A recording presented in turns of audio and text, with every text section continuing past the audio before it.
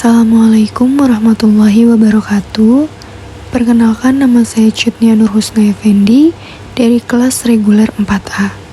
Di sini saya akan mempresentasikan ujian akhir semester pada materi Islam Disiplin Ilmu yang dibimbing oleh Dr. Haji Ahmad Alim LC.MA. Baik, langsung saja pada materi yang pertama. Pengantar ID Kesehatan. Sebagai seorang muslim, pandangan Islam menjadi bagian terpenting di dalam kehidupan kita dari paradigma berpikir secara Islam. Ilmu memiliki arti al-batsyu, al-muhakam, yang dimana ilmu itu berdasarkan penelitian yang akurat dan empiris. Kemudian ada berpikir secara ilmiah atau berdasarkan ilmu. Yang dimaksud adalah berdasarkan wahyu Allah Subhanahu wa Ta'ala berfirman di dalam Al-Quran, yang dimana salah satunya berkaitan dengan masalah alam barzah, yaitu adanya neraka. Masuk kepada materi yang kedua, yaitu model Islamisasi ilmu kesehatan. Islamisasi ilmu pengetahuan pada hakikatnya merupakan suatu upaya untuk mentransformasikan nilai-nilai Islam ke dalam berbagai bidang, baik kehidupan, khususnya ilmu pengetahuan. Dengan Islamisasi ilmu pengetahuan, dapat diketahui dengan jelas bahwa Islam mengatur semua aspek kehidupan, bukan hanya mengatur masalah ibadah, ritual semacam sholat, puasa, zakat, haji, atau mengurus jenazah. Tetapi Islam mengintegrasikan masalah dunia dengan akhirat, menyintesiskan iman, ilmu, dan amal, memadukan zikir dengan fikir. Kemudian realisasi Islamisasi ilmu pengetahuan menggunakan beberapa pendekatan, mulai dari sekedar labelisasi, pendekatan aksiologis, pendekatan internalisasi nilai-nilai Islam, dan penerapan prinsip tauhid, hingga melalui pendidikan Islam. Masuk kepada materi ketiga, yaitu manusia sehat, perspektif Islam. Ketika Islam melihat gangguan yang terjadi pada diri manusia yang akan merusak kesehatan, disebabkan karena dua hal, yaitu penyakit badan dan penyakit hati. Dari kedua itu sebenarnya disebutkan oleh Allah Subhanahu wa Ta'ala di dalam surat Al-Baqarah ayat 10, yaitu menunjukkan adanya penyakit gangguan di dalam jiwa manusia yang terkenal dengan penyakit hati. Artinya, manusia memiliki penyakit dari sisi kejiwaan, yang kalau tidak diobati, penyakit tersebut akan semakin bertambah parah. Oleh karena itu, penyakit hati yang tidak segera diobati akan mematikan hatinya. Mematikan hati juga bisa berdampak pada perilaku atau pola hidup manusia itu sendiri. Dikatakan memiliki jiwa yang sehat, maka perilaku dan tubuhnya pun sehat. Karena dalam perspektif Islam, jiwa yang sehat senantiasa mengikuti bimbingan dan arahan yang baik, serta menjauhkan hal-hal yang merusak dirinya sendiri. Selanjutnya, pada materi keempat ada konsep manusia sehat, holistik perspektif Islam. Sesungguhnya, di dalam tubuh manusia itu ada sebongkah daging yang dikatakan jika ia sehat, maka sehatlah jasadnya secara keseluruhan. Kemudian jika rusak, maka rusak, dan bongkahan hati itu bisa dimaksud dengan qalb, dan ada pengaruh signifikannya dengan kesehatan fisik dan kesehatan perilakunya. Jadi kalau perilakunya sehat, qalbunya juga akan sehat. Dan sebaliknya, untuk merawat kesehatan hati itu perlu mendiagnosa penyakit-penyakit yang akan merusak hati manusia. Masuk pada materi kelima, yaitu K3, perspektif Islam. Dalam perspektif Islam, konsep dan tujuan syariah yaitu melindungi yang tidak hanya masalah satu faktor saja, atau tidak hanya masalah keselamatan kerjanya, tetapi dalam perspektif syariat Islam, kepentingan utama bagi keselamatan dan kesejahteraan manusia yang pertama itu dipandang dari sudut penjaga agamanya. Sebagaimana selamat dalam pekerjaan, sehat tidak hanya sekedar dari sisi penjagaan agamanya, namun lingkungan kerja yang memperbolehkan sholat atau tidak menjadikan selamat baik dunia dan akhirat dari jasad sang pekerja. Banyak perusahaan yang memberikan jaminan keselamatan kesehatan bagi pekerjanya, tetapi tidak menjamin agamanya, baik dalam ruang dan waktu untuk melakukan kewajiban-kewajiban agama. Dalam perspektif Islam ketiga, tidak hanya sekedar menyelamatkan fisiknya saja, tetapi juga menyelamatkan agamanya. Pada materi ke-6, ada promotif, preventif, kuratif, dan rehabilitatif perspektif Islam. Masalah konsep Islam melihat tradisi ataupun budaya preventif ini dalam upaya pencegahan supaya penyakit tidak sampai pada diri sendiri dan menjauh dalam kehidupan manusia. Perlu adanya upaya preventif dalam Islam sendiri pada satu kaidah yang dimana kaidah tersebut merupakan kaidah komprehensif, dalam arti mencegah atau menolak segala hal yang mendatangkan bahaya, seperti kerusakan yang menimbulkan penyakit. Maka pencegahan lebih didahulukan daripada pengobatan itu sendiri, karena pencegahan lebih efektif dibandingkan pengobatan, dan menjaga sesuatu yang belum terjadi justru memberikan manfaat yang lebih besar. Selanjutnya, pada materi ke-7 ada kesehatan individu. Tujuan dari personal hygiene itu sendiri adalah untuk meningkatkan derajat kesehatan seseorang, memelihara kebersihan diri seseorang, dan memperbaiki personalnya. Menjaga kesehatan individu dalam istilah hadis dikenal dengan sunnatu fitrah atau sunnah-sunnah fitrah.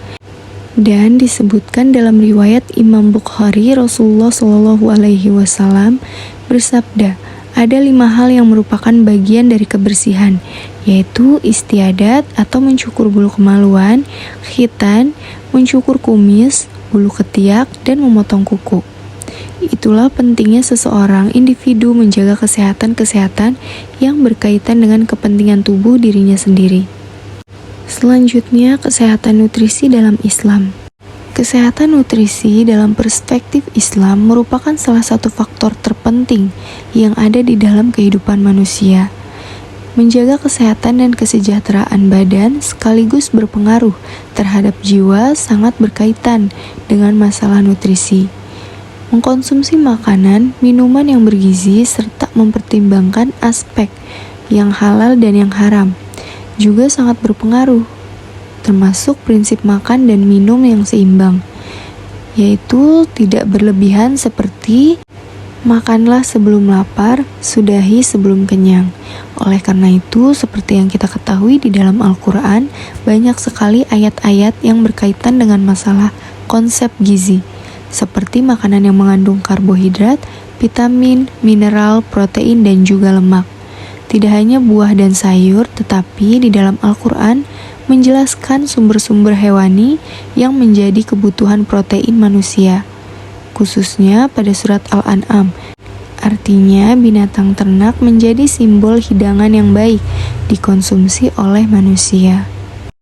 Materi selanjutnya yaitu kesehatan lingkungan. Islam berbicara tentang masalah lingkungan, bukan sekedar isu lokal tetapi sudah menjadi isu global. Permasalahan lingkungan hidup memiliki dampak yang serius di dalam kehidupan manusia dan juga alam. Berdampak kerusakan yang tidak hanya di muka bumi, tetapi kerusakan-kerusakan di daratan, di lautan, bahkan kerusakan ini tidak hanya di dunia, namun berdampak juga sampai akhirat.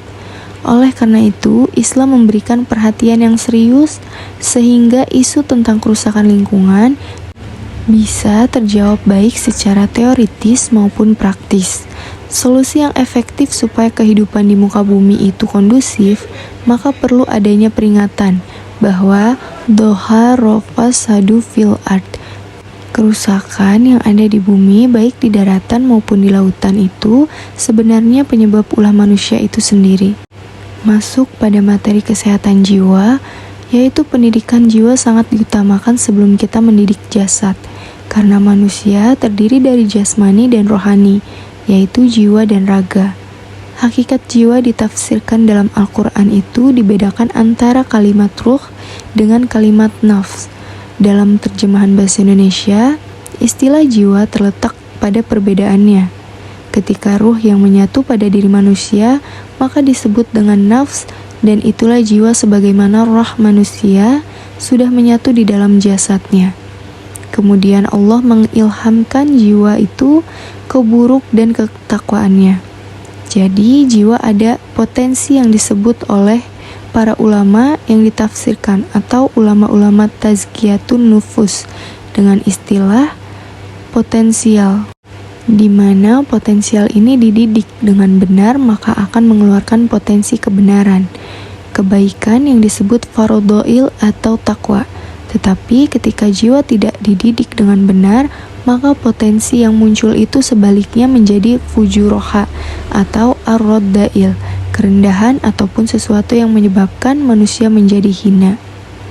Kemudian materi determinan kesehatan.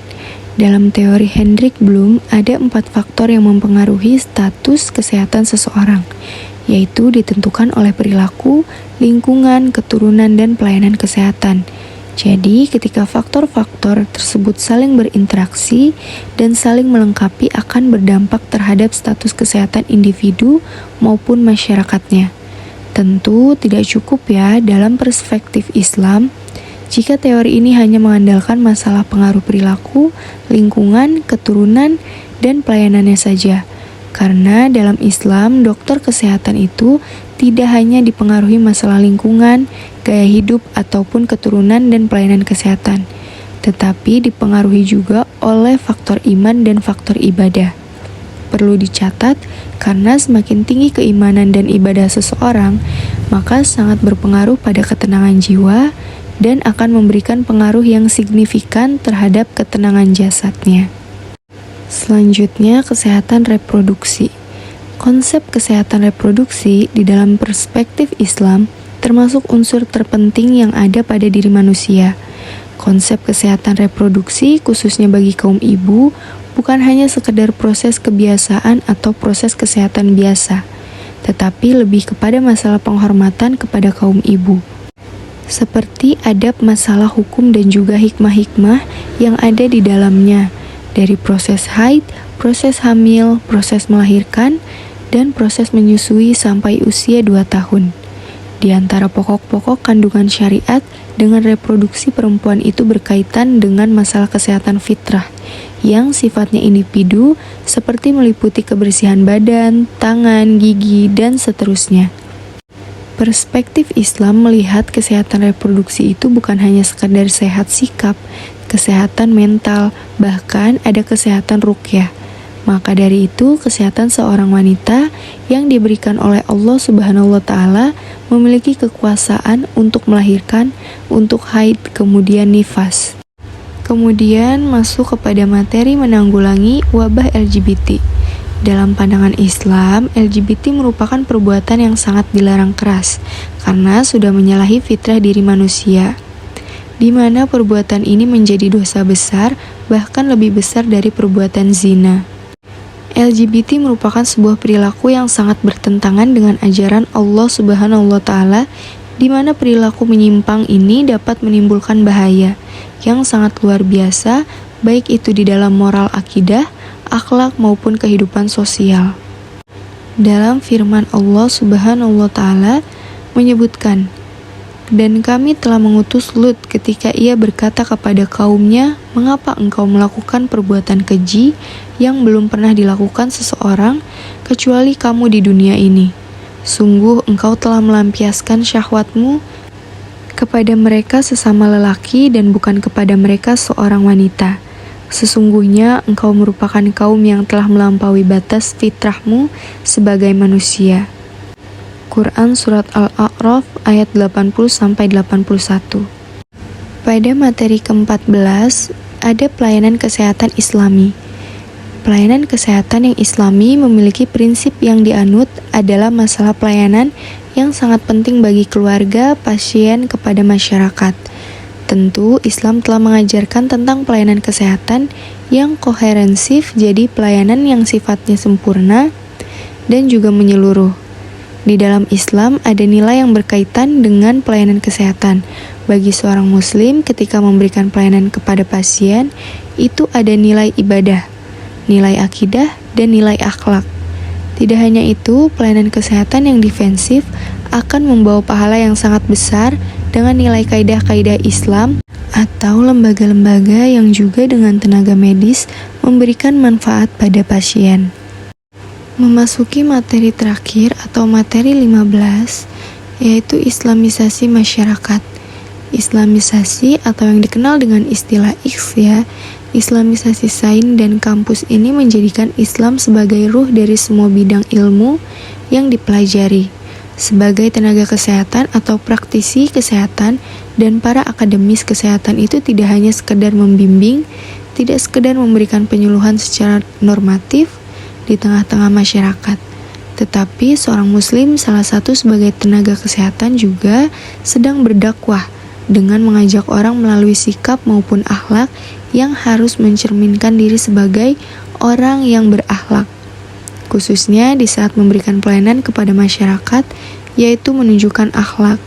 Oleh karena itu, Nabi Muhammad SAW menjadikan contoh teladan yaitu sebaik-baiknya manusia yang berakhlak dan risalah yang dibawa Nabi untuk mengislamkan masyarakat melalui media akhlak. Itu ya innama bu'itsu liutamima maqarimal akhlak. Sebagaimana aku diutus untuk menyempurnakan akhlak. Sekian presentasi yang bisa saya sampaikan. Semoga apa yang sudah saya sampaikan bisa diterima dengan baik dan bermanfaat bagi kita semua. Kurang lebihnya mohon maaf.